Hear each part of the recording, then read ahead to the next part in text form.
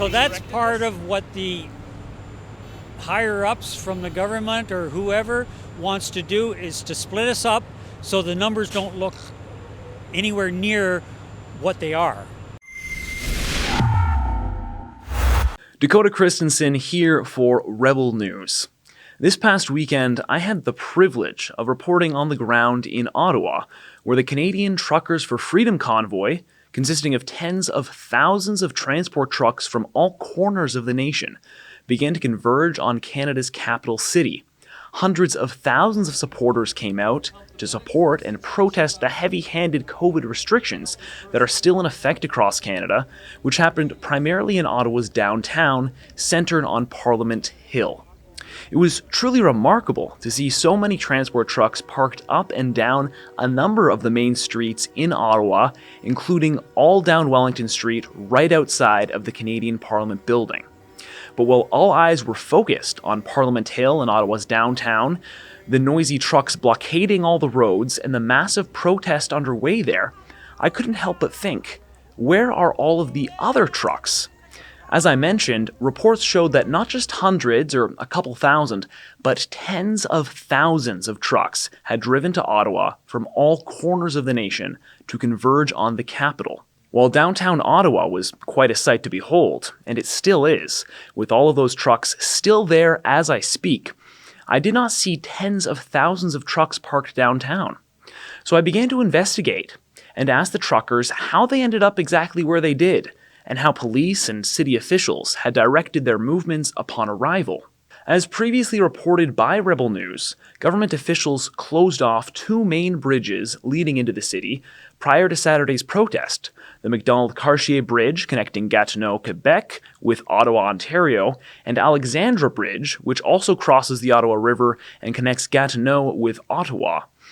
While private traffic and pedestrians were still allowed to cross these bridges, the allowable vehicle load capacities were restricted, preventing all truckers from entering the nation's capital that way.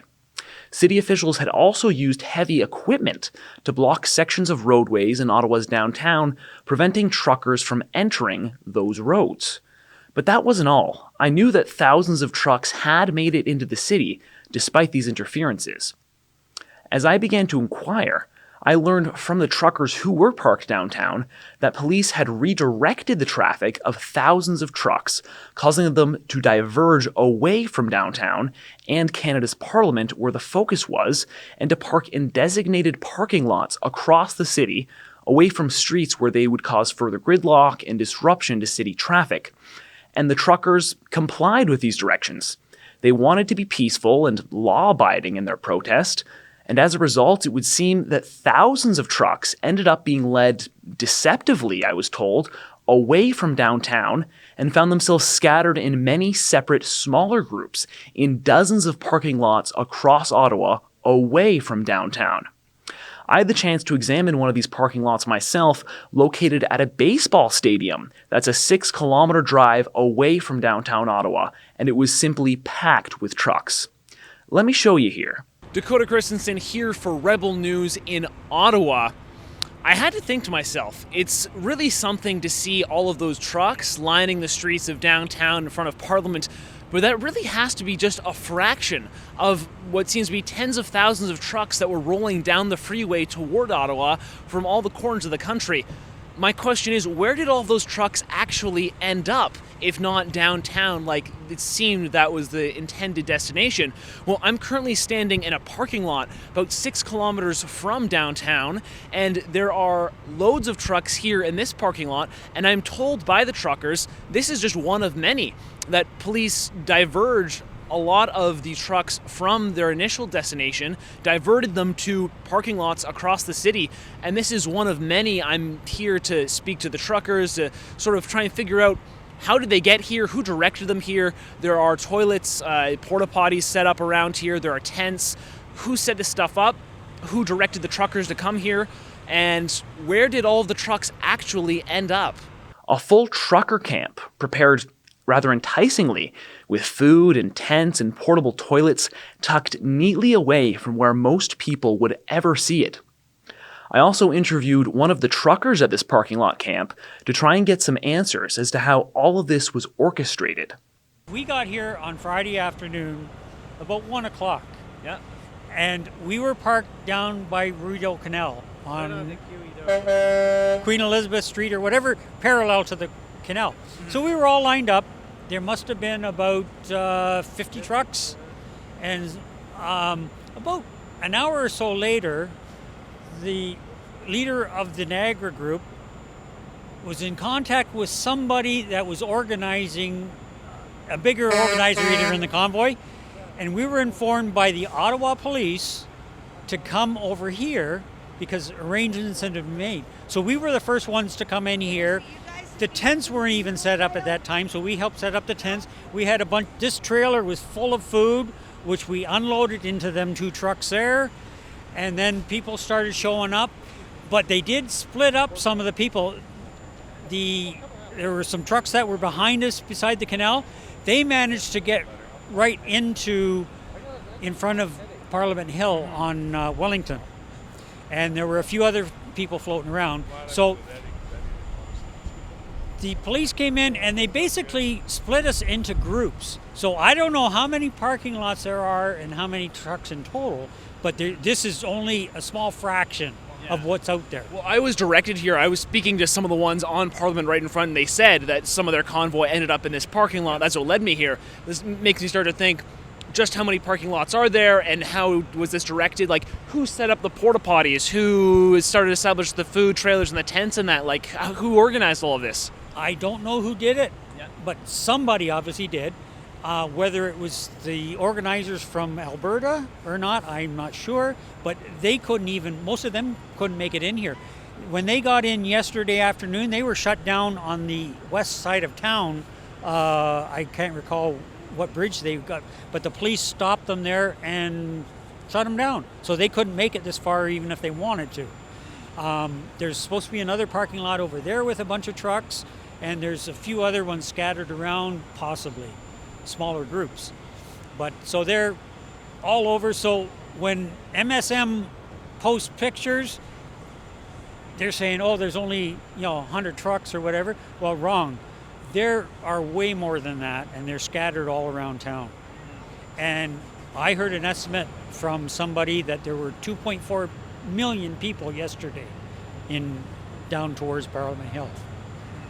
Yeah, I was there. We got some great drone footage of that, but it's just crazy to think, because we see all of the tens of thousands of trucks rolling down the highway, and then when you go to actual downtown Ottawa, there are just some pockets of the roads blocked up, and where are the rest of the trucks? And then you come out here and you start to realize there are parking lots, I imagine, all across the city just filled, just like this one. Exactly. So that's part of what the higher-ups from the government or whoever wants to do, is to split us up so the numbers don't look anywhere near what they are. And I spoke to an Ottawa policeman this morning and asked how things were going in that, and he says it's been pretty good, no major violence, but last night apparently some people were drinking and causing a little bit of ruckus. But I'm going to venture to guess that they were not truck drivers. They were just the supporters, or maybe some people, activists that want to stir things up. But everything's been cool with the police. The police have been great, supportive, and everything else.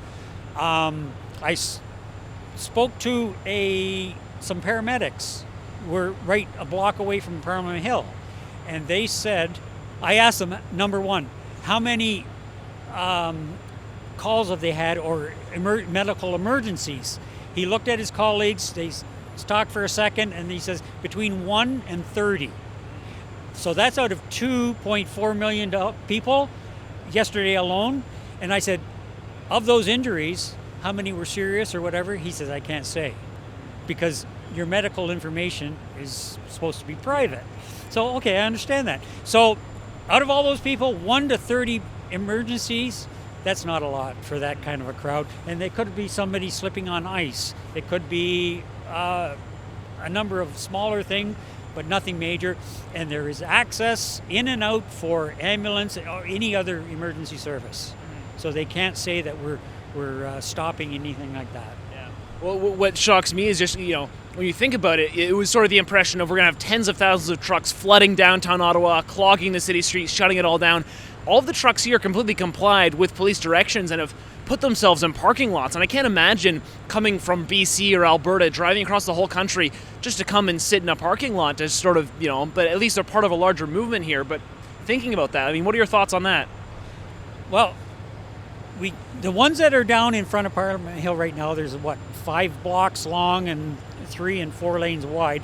They're locked in there till either tonight or tomorrow, whatever. As far as the other guys, we're not staying on the side streets. We go down there to be visible, and all these trucks have signs on the back, which is great that people can see that. And then we leave. Now tomorrow, I hope we can get it organized again and get back down there and do the same thing today or tomorrow that we did today. Everything's peaceful. Oh, they're blowing the horn, so it's a little loud, but a lot of these people are in for the long haul. They don't want. They're going to be staying here for the rest of the week if they have to. And this group from Niagara, the owner of the company has booked some rooms for their drivers to stay for a couple nights after tomorrow night. So they got a lot of support from their company. And I don't know how, there's probably a lot of other small businesses that are behind their drivers to do the same thing. You heard him there.